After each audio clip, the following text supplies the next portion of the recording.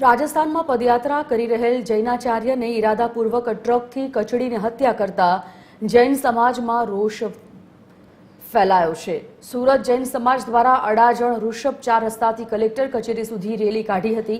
આ રેલી કાઢવા પાછળનું મુખ્ય કારણ ભારતભરના બધા જ સાધુ સાધ્વીજી ભગવંતોના જીવનની રક્ષા માટે છે।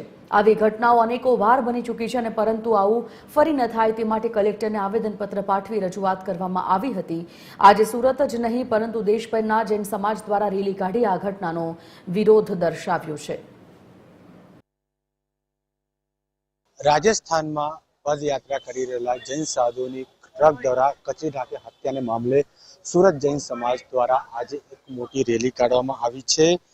અડાજણ ઋષભ 4 રસ્તાથી કલેક્ટર સુધી આ રેલી પહોંચી છે। જોઈ શકો છો કે મોટી સંખ્યામાં જૈન સમાજના સાધ્વીઓ અને આગેવાનો અહીં ઉપસ્થિત છે। આ રેલી કાઢવા પાછળનું મુખ્ય કારણ કે ભારતભરના સાધુ સાધ્વી ભક્તો જીવનની રક્ષા માટે છે। આવી ઘટનાઓ અનેકવાર બની ચૂકી છે અને પરંતુ આવી ફરી ન થાય તેની માટે કલેક્ટરને આવેદનપત્ર આપી રજૂઆત કરવામાં આવી છે।